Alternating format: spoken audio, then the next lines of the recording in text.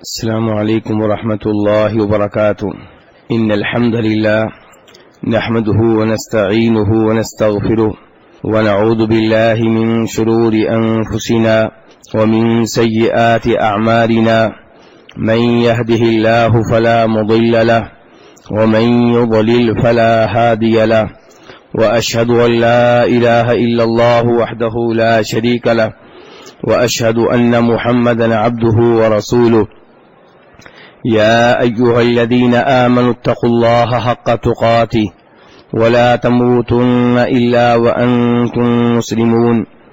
يا أيها الناس اتقوا ربكم الذي خلقكم من نفس واحدة وخلق منها زوجها وبث منهما رجالا كثيرا ونساء، واتقوا الله الذي تساءلون به والأرحام إن الله كان عليكم رقيبا. يا أيها الذين آمنوا اتقوا الله وقولوا قولا سديدا يصلح لكم أعمالكم ويغفر لكم ذنوبكم، ومن يطع الله ورسوله فقد فاز فوزا عظيما. أما بعد، فإن خير الحديث كتاب الله، وخير الهدي هدي محمد صلى الله عليه وسلم، وشر الأمور محدثاتها، وكل محدثة بدعة، وكل بدعة ضلالة، وكل ضلالة في النار۔ ہر قسم کی حمد و ثنا اللہ تبارک و تعالی کے لیے، اور بے شمار درود و سلام ہوں جناب نبی اکرم صلی اللہ علیہ وسلم کی ذات اقدس پہ۔ علم کے موضوع پہ آج کل گفتگو چل رہی ہے، اور اس موضوع پہ شیخ ابن عثیمین رحمہ اللہ کی کتاب بڑی شاندار کتاب ہے۔ اس کتاب میں سے بہت سے دروس ہو چکے ہیں، اور آج کل طالب علم کے آداب کے موضوع پہ گفتگو ہو رہی ہے کہ طالب علم میں کون سے آداب کا پایا جانا ضروری ہے۔ کل تین آداب کا تذکرہ ہوا تھا۔ نمبر 1 اخلاص، کہ طالب علم کی نیت خالص ہو، علم حاصل کرنے کا مقصد رب راضی کرنا ہو، رب کو راضی کرنا مقصود ہو، اور اللہ تعالیٰ کے اس آرڈر پہ عمل کرنا مقصود ہو جس آرڈر میں اللہ تعالیٰ کہتے ہیں کہ علم لو۔ دوسرا ادب طالب علم کے آداب میں سے یہ ہے کہ میں نے جہالت اپنے آپ سے بھی دور کرنی ہے، اور دوسرے لوگوں سے بھی جہالت کا خاتمہ کرنا ہے، انہیں علم دینا ہے، علم کی روشنی انہیں دینی ہے۔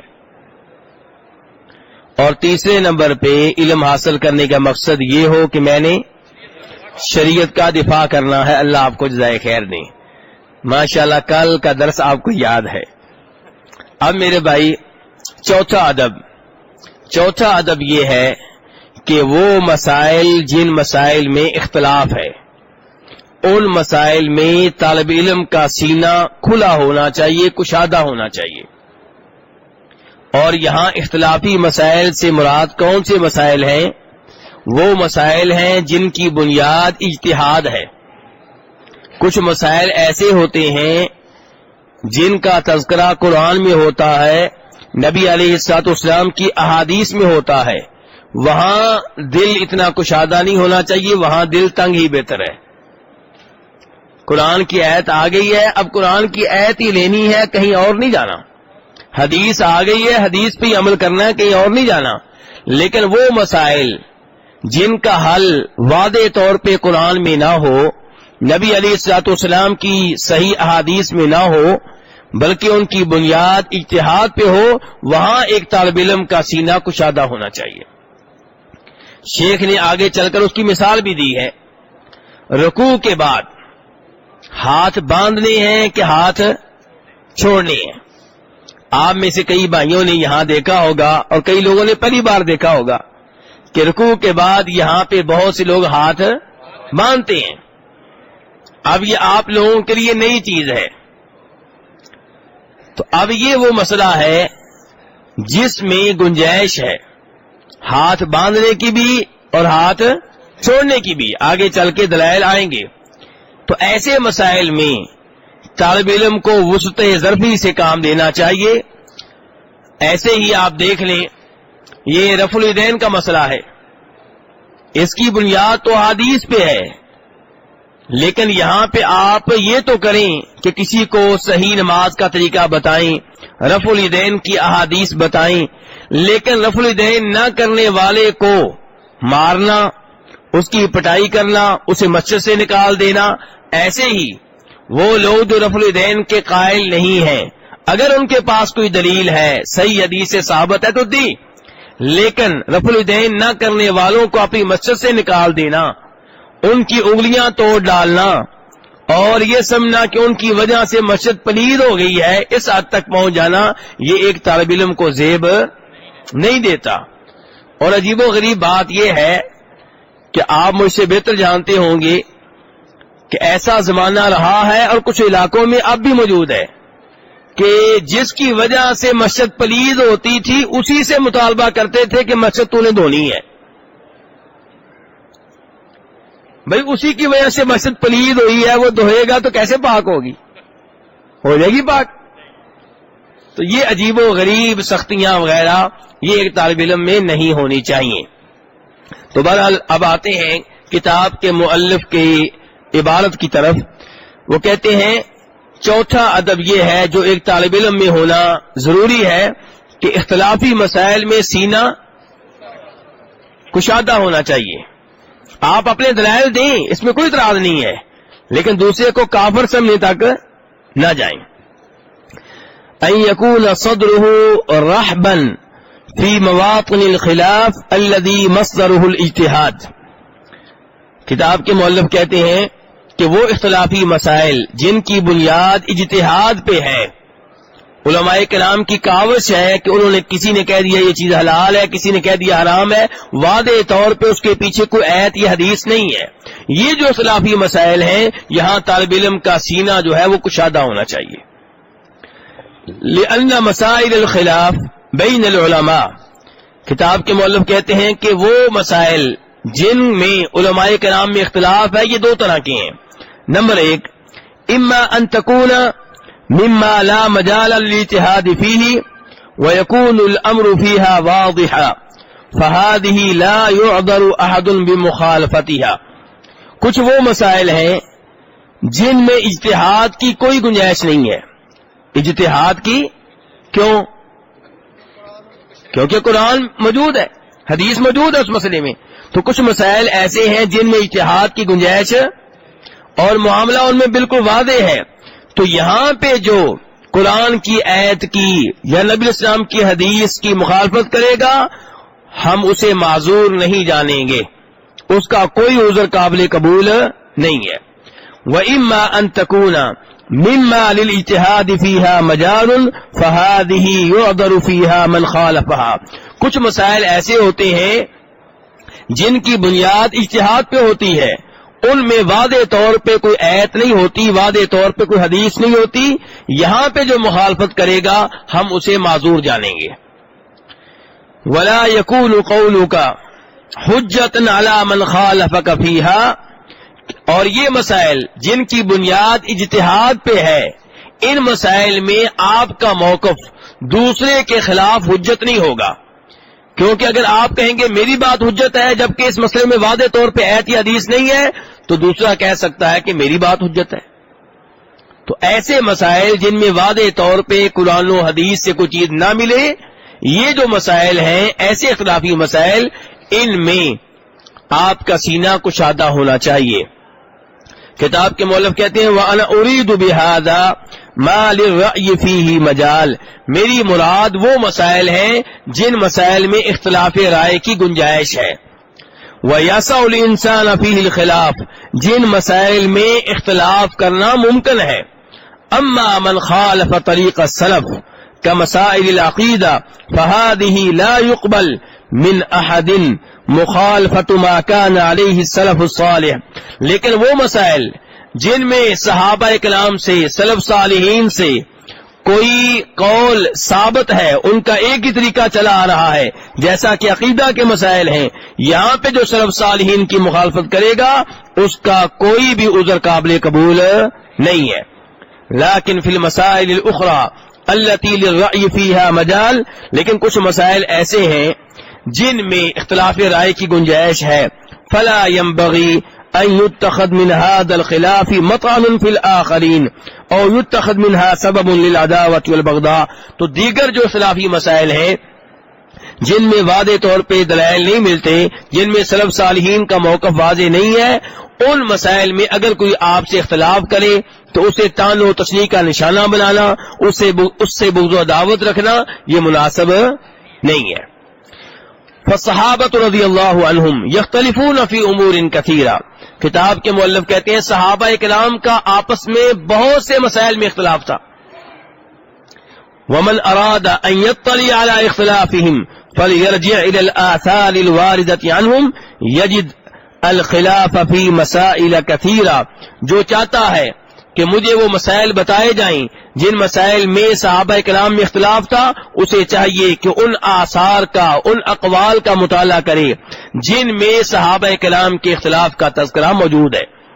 وہی اعظم من المسائل التي اتخذها الناس هذه الايام ديدنا للاختلاف.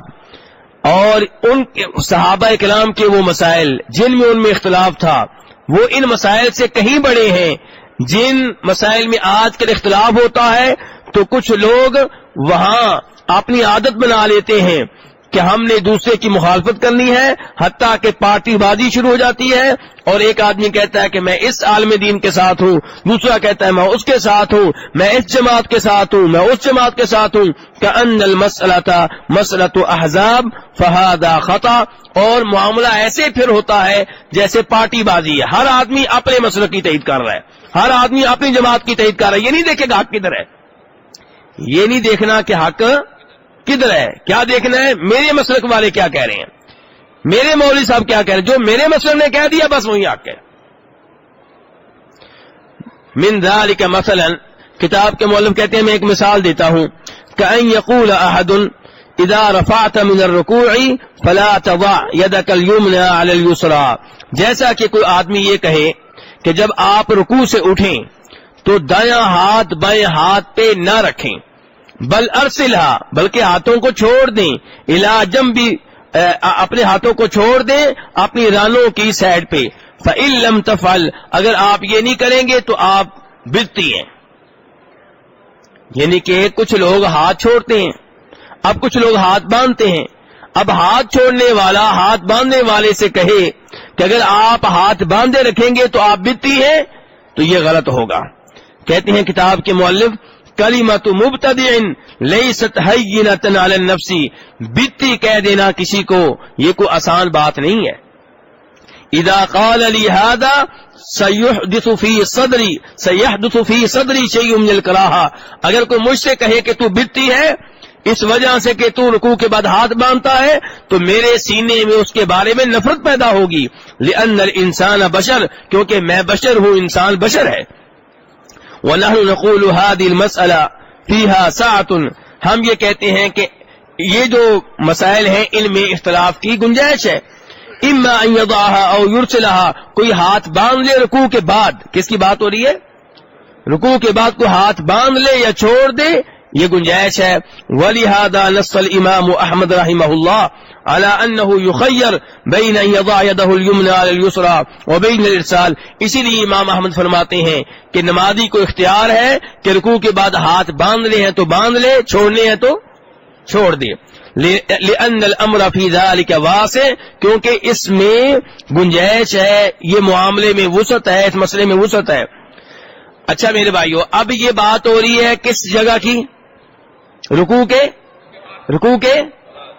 کے بعد کی. اس میں وہ کہہ رہے ہیں اختلاف کی گنجائش ہے، لیکن رکوع سے پہلے بھی کئی لوگ ہاتھ چھوڑ دیتے ہیں. دیکھا آپ نے، یہاں پہ آپ نے دیکھا ہوگا رکوع سے پہلے بھی کئی لوگ ہاتھ چھوڑ دیتے ہیں، اور ان سے پوچھا جائے آپ کون ہیں، وہ کہتے ہیں ہم مالکی ہیں. میں ان کی بات نہیں کر رہا جو آپ کے ملک میں موجود ہیں، صحابہ کے نام سے بغض و دعوت رکھنے والے، میں ان کی بات نہیں کر رہا، ان کو چھوڑیں ایک سائڈ پہ. بات ہو رہی ہے ان کی جو اپنے آپ کو سنی کہتے ہیں. شافی، مالکی، حنبلی، اہل حدیث، اپنے آپ کو سنی کہنے والے، ان میں سے کچھ لوگ ایسے ہیں جو رکوع سے پہلے ہاتھ چھوڑ دیتے ہیں.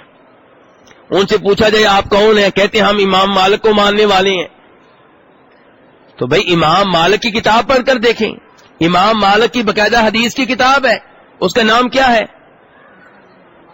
جی؟ نہیں بول رہے ہیں، تھوڑا سا بھول گئے. ہاں جی، امام مالک کی حدیث کی کتاب کا نام کیا ہے؟ کوئی بھائی تو بتائے. موطا. اللہ آپ کو جزائے خیر دے. اب آواز آئی نا، موطا. مسلم جو ہے امام احمد کی کتاب ہے، ٹھیک ہے. تو موطا امام مالک کی کتاب ہے. امام مالک اپنی حدیث کی کتاب میں وہ حدیث لے کر آئے ہیں جس حدیث میں مسئلہ آیا کہ ہاتھ باندھنے چاہیے. مالکیو تم کیوں ہاتھ کھلے چھوڑ دیتے ہو؟ کہتے ہیں نہیں جی ہم امام مالک کے مقلد ہیں. بھائی امام مالک کی کتاب موجود ہے، اس میں وہ حدیث لے کر آئے ہیں. امام مالک کی روایت کردہ حدیث کو کیوں نہیں مانتے ہو؟ نہیں جی ہم مقلد ہیں. بھائی امام مالک رحمہ اللہ نے اگر ہاتھ چھوڑے تھے تو اس کی وجہ تھی، اس کا کوئی سبب تھا. کہتے ہیں کہ انہیں وقت کے بادشاہ سے اتنی مار پڑی تھی کہ ان کے ہاتھ اس قابل نہیں تھے کہ وہ اپنا بوجھ برداشت کر پاتے، تو وہ ہاتھ چھوڑ دیا کرتے تھے. اب ان کا تو عذر ہو گیا، کوئی وجہ ہو گئی، وہ اللہ تعالیٰ کے ہاں معذور ہیں. تمہارا کیا عذر ہے؟ کیا تم نے کلمہ امام مالک کا پڑھا ہے؟ کلمہ کس کا پڑھا ہے؟ نبی صلی اللہ علیہ وسلم کا پڑھا ہے. اور امام مالک کہا کرتے تھے اللہ تعالیٰ ان کی قبر منور فرمائے، اللہ ان کی قبر پہ اپنی رحمت نازل فرمائے.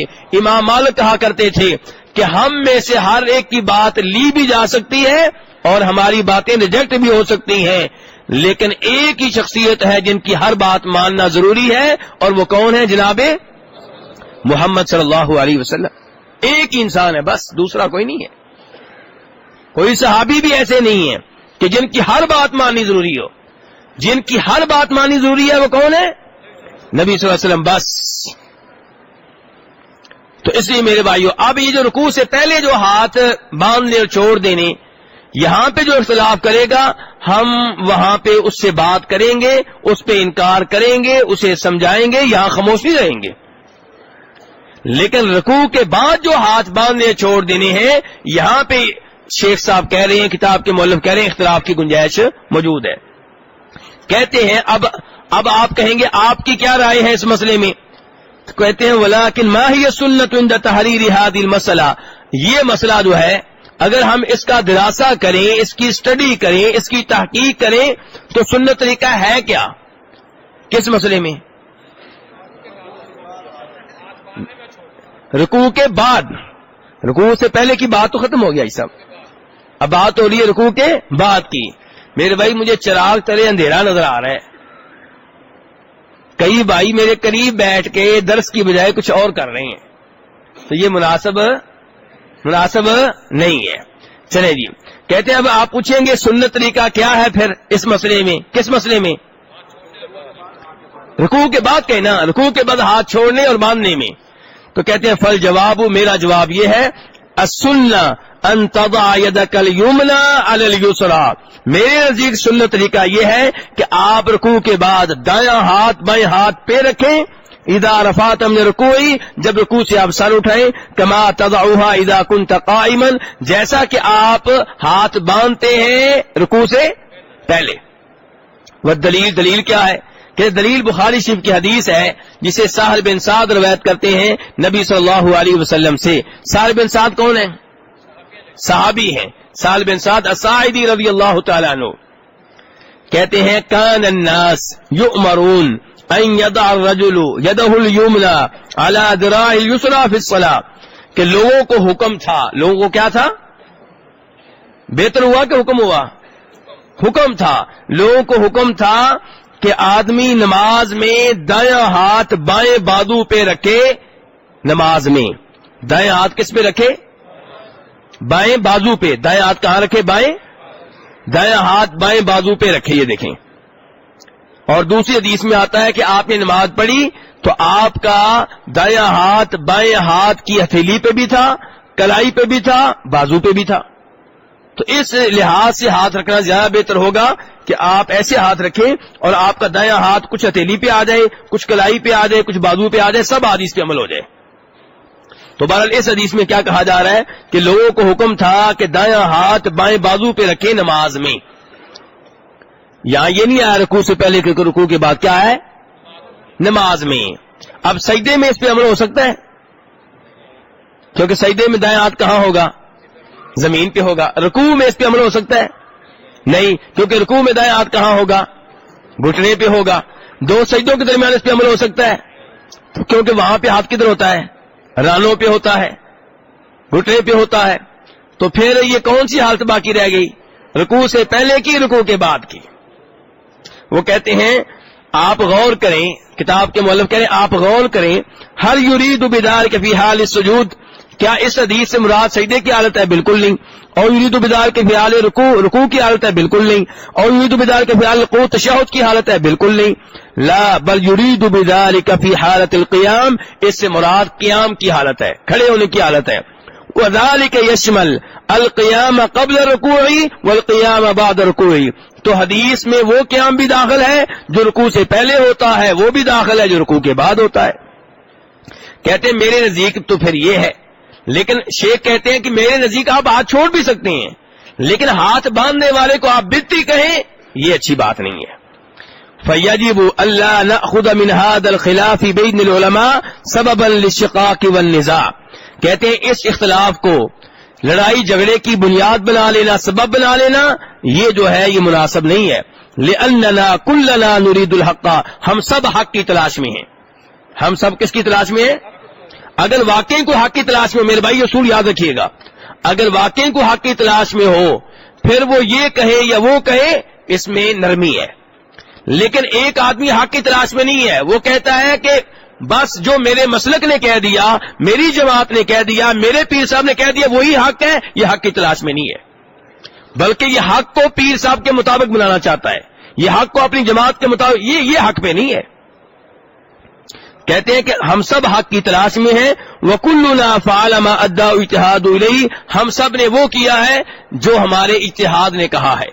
فَمَا دَامَ هَكَذَا فَإِنَّهُ لَا يَجُوزُ أن نتخذ من ذلك سببا للعداوة والتفرق بين أهل العلم لأن العلماء لم يزالوا يختلفوا حتى في عهد النبي صلی اللہ علیہ وسلم. جب صورتحال یہ ہے تو پھر ہمیں ایسے مسائل میں علماء کے درمیان دشمنی نہیں پیدا کرنی چاہیے ان کے درمیان تفرقہ پیدا نہیں کرنا چاہیے. اور علماء ہمیشہ سے نبی علیہ السلام کے زمانے سے کچھ مسائل میں اختلاف کرتے رہے ہیں لیکن ان کی خوبی کیا تھی جب حدیث آتی تھی تو وہ پھر اختلاف چھوڑ دیتے تھے. بس یہ فرق یاد رکھیے گا. کہتے اذن فالواجب علی طلبۃ العلم یکونوا یدا واحدہ طلاب کو چاہیے کہ وہ متحد ہو کر رہیں ولا يجعلوا مثل هذا الخلاف سببا للتباعد والتباغض ایسے اختلاف کی وجہ سے آپس میں ایک دوسرے سے دوری رکھنا ایک دوسرے سے بغض و دعوت رکھنا یہ مناسب نہیں ہے. بل الواجب اذا خالفت صاحبك بمقتضى الدليل عندك وخالفك هو بمقتضى الدليل عنده ان تجعلوا انفسكم على طريق واحد وان تزداد المحبة بينكما اگر آپ اپنے طالب علم ساتھی کی مخالفت کرتے ہیں دلیل کی وجہ سے مسلک کی وجہ سے نہیں جماعت کی وجہ سے نہیں پیر کی وجہ سے نہیں کس وجہ سے اور وہ بھی دلیل کی وجہ سے آپ کی مخالفت کر رہا ہے پھر تو آپ دونوں کا راستہ ایک ہی ہو گیا آپ دونوں دلیل کی تلاش میں ہیں. تعصب نہیں ہے اس کا مطلب ہے تعصب نہیں ہے تو پھر تو آپ دونوں کا طریقہ ایک ہو گیا آپ کی آپس میں محبت بڑھنی چاہیے. وَلِهَذَا کتاب کے مؤلف کہتے ہیں فَنَحْنُ نُحِبُّ وَنُهَلِّعُ شَبَابَنَا الَّذِينَ عِنْدَهُمُ الْآنَ اتِّجَاهًا قَوِيًّا إِلَىٰ أَنْ يَقْرِنُوا الْمَسَائِلَ بِالدَّلَائِلِ وَأَنْ يَبْنُوا عِلْمَهُمْ عَلَىٰ كِتَابِ اللَّهِ وَسُنَّةِ رَسُولِهِ کتاب کے مؤلف کہتے ہیں ہمیں ان نوجوانوں سے محبت ہے اور ہم ان نوجوانوں کو مبارکباد دیتے ہیں جن کے پاس بہت مضبوط رجحان ہے اس بات کا کہ وہ کہتے ہیں مسئلے کی دلیل بھی ہونی چاہیے مسئلے کی کہہ رہے ہیں ہمیں ان نوجوانوں سے محبت ہے جو کہتے ہیں ہر مسئلے کی دلیل ہونی چاہیے اور وہ کہتے ہیں کہ ہمارے علم کی بنیاد اللہ کی کتاب پہ ہوگی اور اللہ کے رسول کی حدیث پہ ہوگی صلی اللہ علیہ وسلم. وَنَرَىٰ أَنَّ هَٰذَا مِنَ الْخَيْرِ ہم سمجھتے ہیں یہ خیر کا کام ہے. کیا خیر کا کام ہے دلیل مانگنا ہر مسئلے کی دلیل تلاش کرنا کہ میں اگر رفع دین کرتا ہوں تو دلیل کیا ہے نہیں کرتا دلیل کیا ہے ہر مسئلے کی دلیل تلاش کرنا. وَأَنَّهُ يُبَشِّرُ بِفَتْحِ أَبْوَابِ الْعِلْمِ مِنْ مَنَاهِجِهِ الصَّحِيحَةِ اس میں ہمیں خوشخبری مل رہی ہے کہ علم کے دروازے صحیح جگہ سے کھل رہے ہیں. ولا نريد منهم ان يجعلوا ذلك سببا للتحزب والبغضاء، لیکن ایسے نوجوانوں سے ہم یہ چاہیں گے کہ وہ اپنے اختلافات کو پارٹی بازی اور بغض و عداوت کا سبب نہ بنائیں. اللہ تعالی نے فرمایا اپنے نبی سے، ان الذين فرقوا دينهم وكانوا شيعا لست منهم في شيء، وہ لوگ جنہوں نے اپنے دین کو جدا جدا کر لیا اور پارٹیوں میں تقسیم ہو گئے، جماعتوں میں تقسیم ہو گئے، آپ ان سب سے لا تعلق ہیں، یعنی کہ آپ ان میں سے کسی سے تعلق نہ رکھیں جو پارٹیوں میں جماعتوں میں تقسیم ہو گئے. فالذین یجعلون انفسهم احزابا یتحزبون الیہا لا نوافقهم علی ذلک، وہ لوگ جو جماعتوں میں تقسیم ہو گئے اور اپنی جماعتوں کے لیے وہ تعصب رکھتے ہیں، ہم ان کے موافق نہیں ہیں. لأن حزب اللہ واحد، اللہ کی جماعت ایک ہے، اللہ کی جماعت ایک ہے. ونرى ان اختلاف الفہمی لا یوجب ان يتباغض الناس، کسی آیت کے سامنے میں اختلاف ہو جانا، کسی حدیث کے سامنے میں اختلاف ہو جانا، اس کی وجہ سے آپس میں بغض و عداوت رکھنا یہ درست نہیں ہے. کسی دوسرے کی عزت پہ حملہ کرنا یہ درست نہیں ہے. فیجب علی طلبۃ العلم ان یکونوا اخوہ، طالب علموں کو چاہیے کہ بھائی بھائی بن کر رہیں. حتی وان اختلفوا فی بعض المسائل الفرعیہ، اگر کچھ فرعی مسائل میں اختلاف ہو بھی جاتا ہے پھر بھی بھائی بھائی بن کر رہیں. وعلی کل واحد ان يدعو الآخر بالهدوء والمناقشہ التي يراد بها وجه اللہ والوصول للعلم، اور ایک دوسرے کو دعوت دیں وقار کے ساتھ، سکون کے ساتھ، بحث و مباحثہ کے ساتھ، وہ بحث و مباحثہ جس کا مقصد اللہ کی رضا ہو. کیا ہو؟ یہ نہیں کہ میں نے اپنے مسئلے کو جتوانا ہے، آج ہماری کانڈ نہیں لگنی چاہیے، ہم نے شکست نہیں کھانی جو بھی ہو جائے، چاہے قرآن کی تعویلیں کرتے رہیں، چاہے حدیث کی تعویلیں کرتے رہیں. نہیں، اختلاف ہے کچھ مسائل میں، آپ حل کریں. حل کیسے؟ سکون کے ساتھ، پیار کے ساتھ، احترام کے ساتھ بحث و مباحثہ کریں. بحث و مباحثہ کرتے ہوئے دل میں نیت کیا ہو؟ حق تک پہنچنا ہے، اللہ کو راضی کرنا ہے. وَبِهَذَا تَحْصُلُ الْأُلْفَةُ، جب یہ نیت ہوگی تو محبت میں اضافہ ہوگا. وَيَزُولُ هَذَا الْعَنَتُ وَالشِّدَّةُ الَّتِي تَكُونُ فِي بَعْضِ النَّاسِ، پھر یہ ضد اور یہ سختی ختم ہو جائے گی جو کچھ لوگوں میں پائی جاتی ہے. حَتَّى قَدْ يَصِلُ بِهُمُ الْأَمْرُ إِلَى النِّزَاعِ وَالْخِصَامِ، کچھ لوگ بحث و مباحثہ کرتے ہوئے لڑائی جھگڑے تک پہنچ جاتے ہیں. وَهَذَا لَا شَكَّ يُفْرِحُ أَعْدَاءَ الْمُسْلِمِينَ، اس سے مسلمانوں کے دشمن خوش ہوتے ہیں کہ آپس میں لڑ رہے ہیں. والنزاع بین الامہ من اشد ما یکون فی الضرر، امت میں جب آپس میں اختلاف ہوتا ہے تو اس سے امت کو شدید نقصان پہنچتا ہے. اللہ تعالیٰ کہتے ہیں وَأَطِیعُوا اللَّهَ وَرَسُولَهُ، اللہ کی اطاعت کرو، اور کس کی اطاعت کرو؟ اللہ کے رسول کی. وَلَا تَنَازَعُوا، ایک دوسرے سے اختلاف مت کرو. فَتَفْشَلُوا، اگر اختلاف کرو گے تو تم بزدل بن جاؤ گے. وَتَذْهَبَ رِيحُكُمْ، تمہاری ہوا اکھڑ جائے گی. وَاصْبِرُوا، صبر کرو، اللہ تعالیٰ صبر کرنے والوں کے ساتھ ہے. میرے بھائی، اگر کسی مسئلے میں اختلاف پایا جاتا ہے اور اختلاف کی کوئی حقیقت ہے تو ایسے اختلاف کو برداشت کیا جائے. لیکن یہ کہنا کہ اختلاف اور ہونا چاہیے، کئی لوگ یہ روایت پڑھتے ہیں، آپ نے بھی سنی ہوگی، اختلاف امتی رحمہ، کہ میری امت میں جو اختلاف ہے یہ رحمت ہے. یہ سنی روایت آپ نے؟ کہتے ہیں جی امت میں جو اختلاف ہے اچھی بات ہے، یہ تو اللہ کی رحمت ہے. غلط ہے یہ بات. اللہ تعالیٰ کہتے ہیں وَلَا يَزَالُونَ مُخْتَلِفِينَ إِلَّا مَن رَّحِمَ رَبُّكَ، لوگ اختلاف کرتے رہیں گے، اختلاف میں وہ نہیں پڑیں گے جن پہ رب کی رحمت ہوگی. اللہ تعالیٰ تو قرآن میں کہہ رہے ہیں رحمت ان پہ ہے جو اختلاف میں نہیں پڑتے. تو یہ روایت من گرد قسم کی ہے، اس کو رواج دیا جاتا ہے، رواج نہیں دینا چاہیے. قرآن کو مضبوطی سے تھام لیں، حدیث کو مضبوطی سے تھام لیں، اور جس مسئلے میں قرآن کی آیت نہ ملے، حدیث نہ ملے، وہاں پہ اجتہاد ہوتا ہے تو وہاں پہ اختلاف کی گنجائش ہونی چاہیے. کہتے ہیں وکان الصحابۃ رضی اللہ عنہم، صحابہ کرام یختلفون فی مثل هذه المسائل، اس قسم کے مسائل میں وہ بھی اختلاف کرتے تھے. ولکنہم علی قلب واحد علی محبت وائتلاف، لیکن وہ یکجان تھے اور محبت کرنے والے تھے. بل انی اقول بصراحۃ، بلکہ میں واضح طور پہ کہتا ہوں ان الرجل اذا خالفك بمقتضى الدليل عنده فانه موافق لك في الحقيقه لان كل منكما طالب للحقيقه، اگر کوئی آدمی آپ سے اختلاف رکھتا ہے دلیل کی بنیاد پہ تو وہ آپ کا مخالف نہیں ہے، آپ کا موافق ہے، کیونکہ اس کا بھی نظریہ یہی ہے کہ چلنا کس پہ ہے؟ دلیل پہ، قرآن پہ اور حدیث پہ. وبالتالي فالهدف واحد، آپ دونوں کا ہدف ایک ہے، منزل ایک ہے، وهو الوصول للحق عن دلیل، اور وہ منزل کیا ہے کہ ہم نے حق تک پہنچنا ہے لیکن دلیل کے ساتھ. کس کے ساتھ؟ دلیل کے ساتھ. فهو اذا لم يخالفك، اس لیے اس نے آپ کی مخالفت نہیں کی. ما دمت تقر انه انما خالفك بمقتضى الدليل عنده فان الخلاف، جب آپ مانتے ہیں کہ وہ مجھ سے کسی دلیل کی وجہ سے اختلاف کر رہا ہے تو پھر وہ آپ کا مخالف نہیں ہے. وبهذه الطریقہ تبقى الامة واحدہ، اس طریقے سے امت ایک ہو جائے گی. واختلفت في بعض المسائل لقيام الدلیل عندها، اگرچہ کچھ مسائل میں اختلاف رہے گا دلیل کی وجہ سے. اما من عاند وكابر بعد ظهور الحق فلا شك انه يجب ان يعامل بما يستحقه بعد العناد والمخالفه ولكل مقام مقال. ہاں، حق واضح ہو جانے کے بعد جو ضد دکھائے، ہٹ درمی کرے اور حق قبول نہ کرے تو اس سے وہی سلوک کرنا چاہیے جس کا وہ حقدار ہے. جو دلیل واضح ہونے کے بعد بھی دلیل کو نہ مانے، دائیں بائیں، جی ہمارے فلاں بزرگ کو خواب آیا تھا، ارے ادھر قرآن سنایا جا رہا ہے تو بزرگوں کے خواب سنا رہا ہے مقابلے میں، ادھر قرآن سنایا جا رہا ہے تو کہہ رہا ہے میرے بزرگوں کا فتویٰ ہے. تو جو ایسی ضد کرے، ہر درمی کرے، تو اس سے پھر وہی کچھ کرنا چاہیے جس کا وہ حقدار ہے. اب کتنے آداب ہو گئے علم کے؟ پہلا کیا تھا؟ دوسرے نمبر پہ کہ علم اس لیے لیں کہ میں نے جہالت دور کرنی ہے اپنے آپ سے بھی اور لوگوں سے بھی، اور تیسرے نمبر پہ اور چوتھے نمبر پہ طالب علم کے آداب میں سے ایک یہ ہے کہ وہ اختلافی مسائل جن کے پیچھے اجتہاد ہو، قرآن و حدیث نہ ہو بلکہ کیا ہو، وہاں پہ آپ کا سینہ کیا ہونا چاہیے؟ کشادہ ہونا چاہیے، کھلا ہونا چاہیے.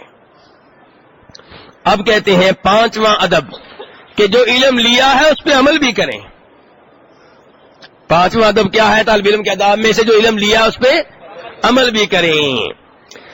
ان يعمل طالب العلم بعلمه عقیدة وعبادة واخلاقا وآدابا ومعاملة، کہ آپ اپنے علم پہ عمل کریں، چاہے عقیدے کا معاملہ ہو، چاہے کسی عبادت کا معاملہ ہو، چاہے اس چیز کا تعلق اخلاق سے ہو، چاہے اس کا تعلق آداب سے ہو، چاہے اس کا تعلق دنیاوی معاملات سے ہو. کوئی بھی چیز ہے اپنے علم پہ عمل کریں. کچھ لوگ جو ہے عقیدے میں قرآن و حدیث کے اوپر ڈٹے رہتے ہیں، توحید پہ رہتے ہیں، شرک نہیں کرتے، اچھی بات ہے، لیکن جب دنیا کی باری آتی ہے، دھوکہ، رشوت، فراڈ، نہیں، وہ کہہ رہے نہیں ہر معاملے میں. اور کچھ لوگ جو ہیں وہ عقیدے بھی ٹھیک ہوتے ہیں اور معاملات میں بھی ٹھیک ہوتے ہیں، لیکن عبادت کی باری آتی ہے، نماز پڑھ رہے ہوتے ہیں، بڑی لمبی نمازیں پڑھتے ہیں، لیکن طریقہ نبی علیہ الصلوۃ والسلام والا نہیں ہوتا، حدیث پہ عمل نہیں کر رہے ہوتے. تو کہہ رہے ہیں کہ ہر مسئلے میں اپنے علم پہ عمل کریں. لأن هذا هو ثمرۃ العلم، یہ ہے علم کا ثمرہ اور یہ ہے علم کا حاصل، یہ ہے علم کا فائدہ کہ اس پہ کیا کیا جائے؟ عمل کیا جائے. وحامل العلم کالحامل لسلاحہ، کتاب کے مؤلف کہتے ہیں جس کے پاس علم ہے، صاحب علم، وہ اس آدمی کی طرح ہے جس کے پاس اسلحہ ہے. یہ اسلحہ آپ کے خلاف بھی استعمال ہو سکتا ہے اور آپ کے حق میں بھی استعمال ہو سکتا ہے. یہ علم اگر عمل کریں گے تو روز قیامت آپ کے لیے روشنی بن جائے گا، آپ کے لیے دلیل بن جائے گا، اور اگر اس پہ عمل نہیں کریں گے تو یہ آپ کے لیے وبال بن جائے گا.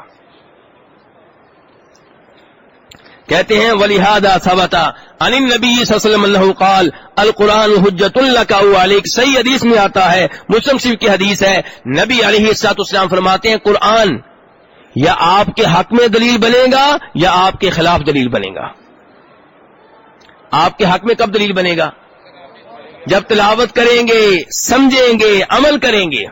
اور آپ کے خلاف دلیل بنے گا جب تلاوت نہیں کی، سمجھا ہی نہیں، سمجھا تو عمل نہیں کیا، تو پھر یہ آپ کے خلاف گواہی دے گا. لَكَ إِنْ عَمِلْتَ بِهِ وَعَلَيْكَ إِن لَّمْ تَعْمَلْ بِهِ. کتاب کے مؤلف کہتے ہیں قرآن آپ کا ہے، آپ کے حق میں ہوگا روز قیامت اگر عمل کریں گے، عمل نہیں کریں گے تو یہ آپ کا مخالف ہے. وَكَذَلِكَ يَكُونُ الْعَمَلُ بِمَا صَحَّ عَنِ النَّبِيِّ صلی اللہ علیہ وسلم بِتَصْدِيقِ الْأَخْبَارِ وَامْتِثَالِ الْأَحْكَامِ. اسی طرح عمل کرنا چاہیے ان احادیث پہ جو نبی علیہ الصلوۃ والسلام سے ثابت ہیں، جو آپ سے کیا ہے؟ بولیے آپ سے کیا ہے؟ میرے بھائیو، آج کل زمانہ ہے سوشل میڈیا کا. سوشل میڈیا کے ذریعے من گھڑت روایات کو بہت رواج دیا جا رہا ہے. ابھی کل ہی مجھے کسی نے روایت بھیجی. روایت میں دعویٰ کیا گیا ہے کہ نبی علیہ السلام نے فرمایا تھا کہ میں علم کا کیا ہوں؟ شہر ہوں. علی علم کے کیا ہیں؟ اور ابو بکر کسی کو چھت بنایا ہوا ہے, کسی کو دیوار بنایا ہوا ہے, کسی کو کیا بنایا ہوا ہے, اور نیچے لکھا ہے بخاری شریف. بالکل غلط ہے یہ بات. نبی علیہ السلام سے چیز بالکل بھی ثابت نہیں ہے. ایسے ہی آپ سنتے ہوں گے ہمارے سیاسی لیڈر جو ہیں وہ جب کسی یونیورسٹی میں جاتے ہیں تو علم کی تقریب ہوتی ہے, وہاں پہ تقریر کرتے ہیں تو کیا کہتے ہیں کہ نبی علیہ السلام نے فرمایا علم حاصل کرو چاہے چین جانا پڑے. اور چین میں قرآن پاک ہے کہ حدیث ہیں؟ کیا ہے وہاں پہ؟ نہ پہلے کبھی تھا نہ آج ہے. آپ نے علم کی ترغیب دی ہے, علم حاصل کرنے کا حکم دیا ہے, اس میں کوئی شک و شبہ نہیں ہے. اسلام علم کی سب سے بڑھ کر ترغیب دیتا ہے. لیکن یہ الفاظ آپ نے کہے ہوں کہ علم حاصل کرو چاہے چین جانا پڑے, بالکل من گھڑت ہیں. اور ہمارے سیاسی لیڈروں کو بس ایسی روایتیں آتی ہیں. اور کہیں لکھا ہوتا ہے ہاتھ سے کمانے والا کیا ہے؟ اللہ کا دوست ہے.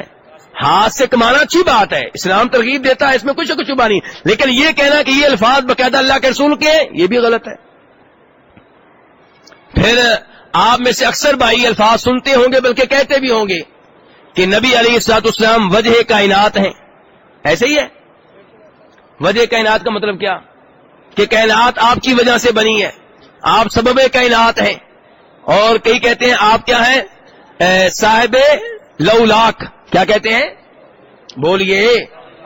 صاحب لولاک کیا مطلب؟ یعنی کہ لولا, ایک روایت آتی ہے کہ لولا کا لما خلقت الافلاق, یا لولا کا لما خلقت الافلاق, کہ اے محبوب اگر آپ نہ ہوتے تو میں کائنات کو پیدا نہ کرتا, افلاق کو پیدا نہ کرتا. اب اس روایت کی وجہ سے کہا جاتا ہے آپ ہیں صاحب لولاک, یعنی کہ اگر آپ نہ ہوتے تو کائنات نہ ہوتی. کیا یہ روایت صحیح ہے؟ بالکل من گھڑت ہے. خالق سے پوچھئے کہ اے خالق کیا تو نے یہ کائنات اپنے محبوب کی خاطر پیدا کی ہے؟ خالق کہتا ہے وما خلقت الجن والانس الا لیعبدون. 27واں سپارہ سورہ ذاریات آپ کے گھر میں موجود ہے. خالق کہہ رہا ہے میں نے جنوں انسانوں کو صرف اپنی عبادت کے لیے پیدا کیا ہے. خالق کیا کہہ رہا ہے؟ کیوں پیدا کیا میں نے؟ اپنی عبادت کے لیے بس. جن انسان جو ہے کائنات کا حصہ نہیں ہے, ایک بات. دوسری بات, اللہ الذی خلق 7 سماوات ومن الارض مثلہن یتنزل الامر بینہن لتعلموا ان اللہ علی کل شیء قدیر. اللہ تعالیٰ سورہ طلاق کے آخر میں کہہ رہے ہیں میں نے 7 آسمان پیدا کیے, 7 زمینیں پیدا کی. یا اللہ کیوں؟ تاکہ تمہیں معلوم ہو جائے کہ اللہ ہر چیز پہ قادر ہے, اور تاکہ تمہیں اللہ کے علم کی گہرائی کا پتہ چل جائے. تو اللہ نے 7 آسمان 7 زمینیں بنائیں, کیوں؟ تاکہ لوگوں کو اللہ کی قدرت کا پتہ چلے, اللہ کے علم کی گہرائی کا پتہ چلے. تو اللہ تو کہہ رہے ہیں میں نے اپنے لیے یہ چیزیں پیدا کی ہیں, اور لوگ کہہ رہے ہیں اللہ نے نبی علیہ السلام کی خاطر پیدا کی ہیں. اس کا مطلب یہ نہیں ہے کہ آپ کی کوئی شان کم ہے. آپ تمام انسانوں میں سب سے افضل ہیں, سب سے اعلیٰ ہیں, سب سے مقدس ہیں, سب سے محترم ہیں, نبیوں کے امام ہیں, خاتم النبیین ہیں, رحمت للعالمین ہیں. روز قیامت شفاعت فرمائیں گے ان کی جن کے حق میں اللہ چاہے گا. لیکن اس کا مطلب یہ نہیں ہے کہ روایتیں گڑھ کے آپ کے ذمہ لگا دی جائیں, منسوب کر دی جائیں. تو اس لیے میرے بھائی ان چیزوں سے بچنا چاہیے. تو کتاب کے مؤلف کہہ رہے ہیں اسی طرح عمل ہونا چاہیے ان احادیث پہ جو نبی علیہ السلام سے ثابت ہیں. آپ سے حاجی صاحب کیسے عمل ہوگا؟ کہتے ہیں کہ نبی علیہ السلام کی احادیث میں یا تو کوئی واقعہ بتایا گیا ہوگا. کیا بتایا گیا ہوگا؟ ماضی کا یا مستقبل کا. تو آپ اس میں سچا مانیں. آپ کو واقعہ اس پہ ہم نے عمل کیا کرنا ہے؟ بس یہ مان لیں کہ جو بات آپ نے کہی ہے بالکل صحیح کہی ہے. مثال کے طور پہ یہ چیزیں ہمیں آپ کے ذریعے معلوم ہوئی ہیں نا کہ اللہ نے سجدہ کرنے کا حکم دیا تھا, سب نے سجدہ کیا سوائے, کیونکہ یہ اس وقت آپ موجود تھے, دیکھا آپ نے منظر. لیکن ہم ایمان لے آئے, ہم ایمان لے آئے. اور قرآن پاک میں یہ بھی بتایا گیا انسان کو کیسے پیدا کیا گیا. کیوں جی کس سے پیدا کیا؟ مٹی سے. اور آپ کے سائنسدان کہہ رہے ہیں کہ انسان پہلے بندر تھا. اور کیا نام ہے اس کا, کس کا وہ نظریہ, کیا کہتے ہیں, ڈارون کا نظریہ. اب ایک طرف قرآن ہے, ایک طرف نبی الاسلام ہے, ایک طرف ڈارون ہے, کس کو مانیں گے؟ یہاں پہ پتا چلتا ہے کون آپ کو نبی ماننے والا ہے. ایسے ہی آپ نے بتایا دجال آئے گا, آئے گا کہ نہیں آئے گا؟ ایک بڑے مفسر نے لکھا ہے, چھوٹے مفسر نے نہیں. میں کیا کہہ رہا ہوں, بڑے مفسر نے اپنی تفسیر میں لکھ ڈالا ہے کہ یہ دجال کوئی شخصیت نہیں ہے. دجال سے مراد یہ ہے کہ شر بڑا عام ہو جائے گا, برائی بڑی عام ہو جائے گی. جبکہ احادیث پڑھیں تو بتایا جا رہا ہے کہ وہ دجال ایک شخصیت ہے. فرمایا وہ بہنگا ہوگا. کیوں جی, برائی بہنگی ہوتی ہے جی. وہ چکر لگائے گا کتنے دنوں میں, اور بولیے 40 دنوں میں پوری دنیا کا چکر لگائے گا. تو یہ کیا یہ برائی چکر لگا رہی ہے؟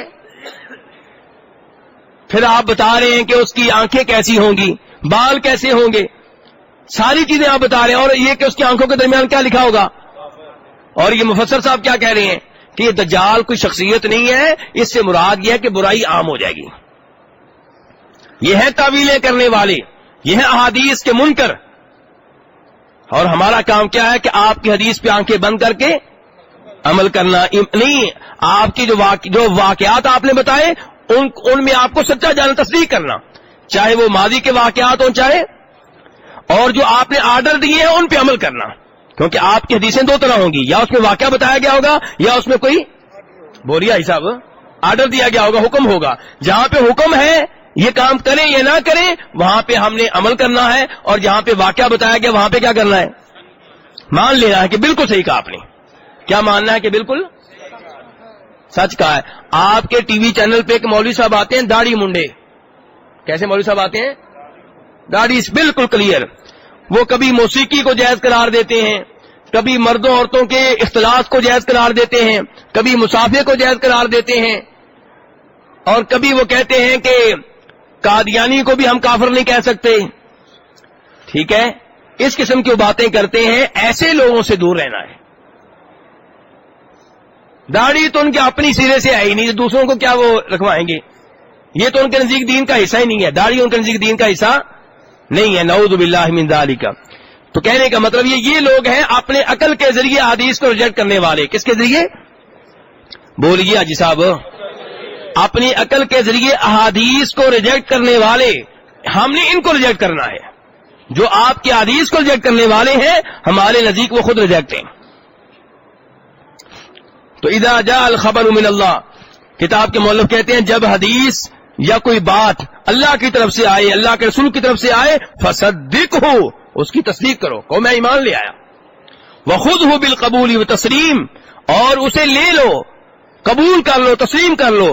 ولا تقل, یہ نہ کہو لما, یہ کیسے ہو سکتا ہے, وکیفا, کیسے ممکن ہے یہ, کیوں, یعنی کیوں کیوں کیوں کیوں کیسے, یہ کیوں کیسے جو ہے نا اسے اپنے پاس رکھیں. کیوں کیسے کو کہاں رکھیں, اپنے پاس رکھیں. جہاں پہ اللہ کی بات آ جائے, نبی السلام کی بات آ جائے اور حدیث صحیح ہو, واقعی آپ نے وہ بات کہی ہو.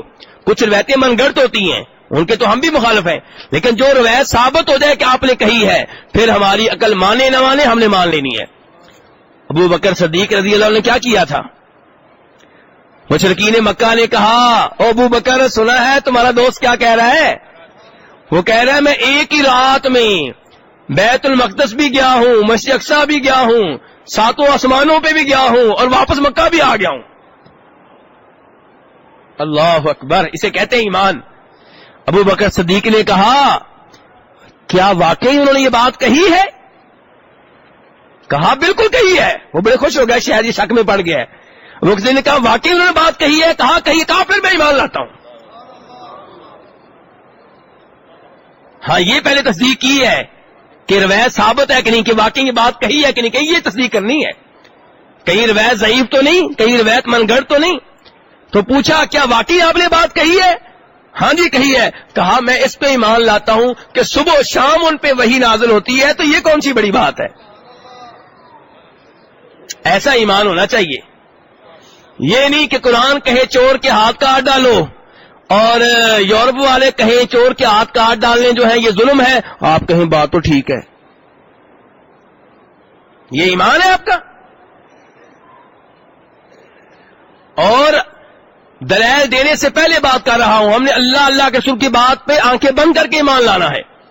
اور اگر دلائل کی دنیا میں بھی آ جائیں تو چور کے ہاتھ کاٹ ڈالنے بہتر ہے یا اس پہ ترس کھانا بہتر ہے؟ ایک چور کا ہاتھ کاٹ ڈالیں گے، آپ کی 20 کروڑ آبادی 2-3 سال تک سکون سے سوئے گی. کسی چوکی دار کی ضرورت نہیں، سیکورٹی گارڈ کی ضرورت نہیں، دیواریں مناسب تارے لگانے کی ضرورت نہیں، دروازے مناسب لوہے کے موٹے موٹے دروازے لگانے کی ضرورت نہیں. کتنا خرچہ بچ رہا ہے؟ بولیے بچ رہا ہے کہ نہیں بچ رہا؟ اور آپ کراچی میں ہیں، بیگم لاہور میں ہے، آرام سے سو رہی ہے، بچے آرام سے سو رہے ہیں. اور جب آپ نے چوروں پہ ترس کھایا کیا ہوا؟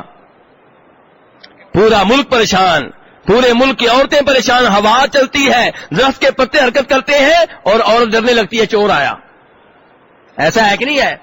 اور پھر چوروں کو بھی جرت ہو رہی ہے. اب آپ نے چور کے ہاتھ نہیں کاٹے، وہ آپ کو ذبح کر رہا ہے، وہ آپ کے گھر میں آتا ہے، کھانا بھی کھاتا ہے، عزت بھی لوٹتا ہے، مال بھی لوٹتا ہے، اور موقع ملے تو قتل بھی کر دیتا ہے.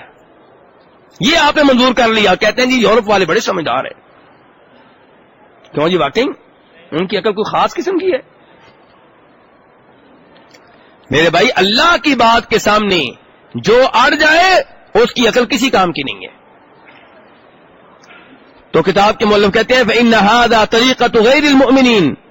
اللہ کے رسول کی بات آگے سے کہنا کیوں کیسے، یہ طریقہ مومنوں کا طریقہ نہیں ہے، یہ طریقہ مومنوں کا طریقہ نہیں ہے. اللہ تعالی نے فرمایا وَمَا كَانَ لِمُؤْمِنٍ وَلَا مُؤْمِنَةٍ إِذَا قَضَى اللَّهُ وَرَسُولُهُ أَمْرًا أَن يَكُونَ لَهُمُ الْخِيَرَةُ مِنْ أَمْرِهِمْ وَمَن يَعْصِ اللَّهَ وَرَسُولَهُ فَقَدْ ضَلَّ ضَلَالًا مُبِينًا. کسی مومن کو حق نہیں پہنچتا، کسی مومن عورت کو حق نہیں پہنچتا کہ کسی مسئلے میں اللہ کے رسول کو آرڈر جاری کر دیں پھر ان کے لیے کوئی اختیار ہو، کوئی چوائس ہو کہ کروں کہ نہ کروں. جب اللہ کے رسول کا آرڈر آ گیا پھر یہ نہیں سوچنا کروں کہ، یہ نہیں سوچنا نتیجہ کیا نکلے گا، پھر کرنا ہے جو بھی نتیجہ نکلے. جو اللہ کے رسول کی نافرمانی کرے گا وہ بہت زیادہ گمراہ ہو گیا. کیوں جی؟ گفتگو کیسی ہو رہی ہے کتاب کی مؤلف کی؟ بہت پیاری ہے، لیکن ٹائم کم ہے. اب مجھے یہاں رکنا پڑے گا. آپ کے سوال بھی کافی ہوتے ہیں، ورنہ گفتگو بڑی مزیدار ہو رہی تھی، بڑی شاندار گفتگو ہو رہی تھی. آگے ویسے میں تھوڑی سی ایک دلیل بتا دوں، ہو سکتا ہے آپ میں سے کئی لوگ کل نہ ہوں. ایک حدیث بتا دوں. وہ کہتے ہیں میں مثال دیتا ہوں کہ بخاری شریف کی حدیث ہے. کس کتاب کی حدیث ہے؟ کہ اللہ تبارک و تعالی رات کے آخری پہر، رات کو 3 حصوں میں تقسیم کر دیں تو رات کا جو آخری پہر ہے تب اللہ تعالیٰ آسمان دنیا پہ نازل ہوتے ہیں. حاجی صاحب کہاں نازل ہوتے ہیں؟ اور اللہ تعالیٰ اس وقت آواز دیتے ہیں، کہتے ہیں کون ہے جو مجھ سے دعا کرے میں اس کی دعا، کون ہے جو مجھ سے سوال کرے میں اسے عطا کروں، کون ہے جو مجھ سے گناہوں کی معافی مانگے میں اس کو معاف کر دوں. اچھا یہ حدیث کس نے بیان کی ہے؟ نہیں، امام بخاری نے. کس کی حدیث ہے یہ؟ اللہ کے رسول کی. اللہ کے رسول علیہ السلام کی حدیث ہے.